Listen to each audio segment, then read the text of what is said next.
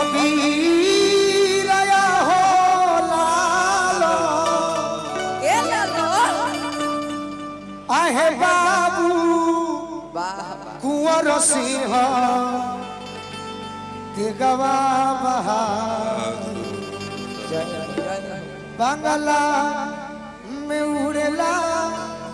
अबीर या है लालो लेकिन पारंपरिक होली में सभे सुन ले लड़का जवान बूढ़ माता बहन सभे जिया जी रौरा तो हमारे के हिट कर देनी खटिहार में इनके खातिर पहला गीत गौले रहनी तोहरा पर केहू ताके तो तकलीफ ना होई। बहुत सुंदर नृत्यांगना इंटरनेशनल जिया जी का लहंगा तार धोती के कोर में मिलता सेम साइज तब रौराइल बनी तो होली कैसे नहीं होली उदास हो जाई बुझाल में कि गीती है उदास नहीं तो करे। होली में चटक का दिया हां दीवाना दीवानी से कहता रे का कहता कि चढ़त फागुन जानू दिल से निकल गइलू अब फगुआ खेलो ना गइलू ससुर चल गइलू फगुआ खेलो ना गइलू फगुआ खेलो ना गइलू ससुर चल गइलू फगुआ खेलो ना गइलू फागुन जानू दिल से निकल गइलू चढ़ते फागुन जानू दिल से निकल गइलू चढ़ते फागुन जानू दिल से निकल गइलू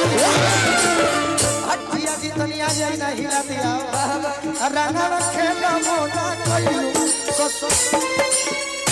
रंगा खेला मोना गइलू रंगा खेला मोना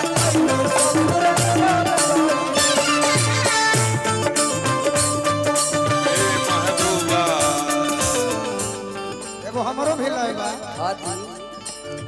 छत छेदावाली होइबू हे लले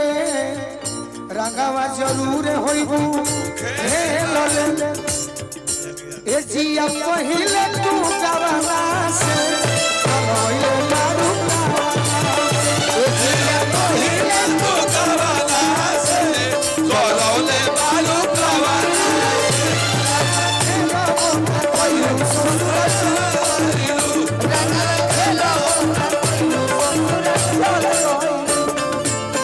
चाचा के गढ़हनी वाला खैनी चाय दे दे सुना जी आज प्यार में धोखा भइल बा जो हां जी मान लो कि भइल बा भीतर भीतर सारा खेल गइलू खेला तू ही बताओ ऐसे प्यार के करेला प्यार के करेला कि अपना पागला के संगे अरे तू तो छल कोई अपना पागल के संगे तू तो छल कोई भगवा खेला ना कोई ससुर चल भगवा खेला ना कोई ससुर चल भगवा खेला ना अरे कौन गलती कोई महिला भेंट में कौन गलती कोई महिला भेंट में इहो त लाइन सभे सुनले होई भाई अच्छा तो के नहीं के सुनते घर हां जी बाकी भाव से कहे के कोई हां भाई मान ली कि राजने भैया रारू बात कहो तो खस पहले तो अब हे बेरा कहे के बा बाकी बड़ी सुंदर राजन भैया के व्यवहार लागल बहुत सुंदर महनार से हाजीपुर के आगे महनार कलाकार में तो सभे के वहां के मानिला बाकी रामा चाचा हमारा के बेटा नहीं मानिला बहुत सही रामा चाचा के भी हम स्वागत करो बार बार प्रणाम करो रामा चाचा के आशीर्वाद बनल रहो ये चाहो जय हो अरे कौन गलती कोई नहीं पहिला भेंट में राजा जी दर्द होता पेट राजा जी दर्द होता पेट राजा जी दर्द होता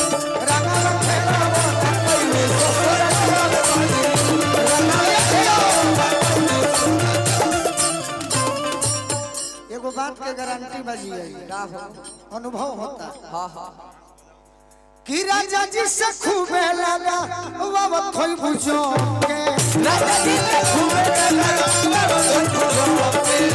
राजा जी से खूबे लगा बाबा कोई बुझो के राजा जी से खूबे लगा राजा जी से खूबे लगा बाबा कोई बुझो के जब अब बदनाम बनी कौना चीज में कौना चीज में? झूठों के गोलू यहाँ बैठल बड़े बोतल खोली रो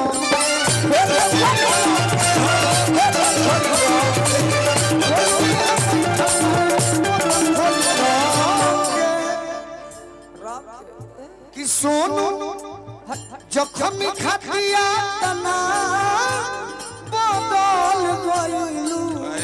जय हो जखमी भैया सोनू जखमी खटिया तना बदल गइलू अब फगुआ खेला बोला कइलू ससुर चल गइलू फगुआ खेला बोला कइलू ससुर चल गइलू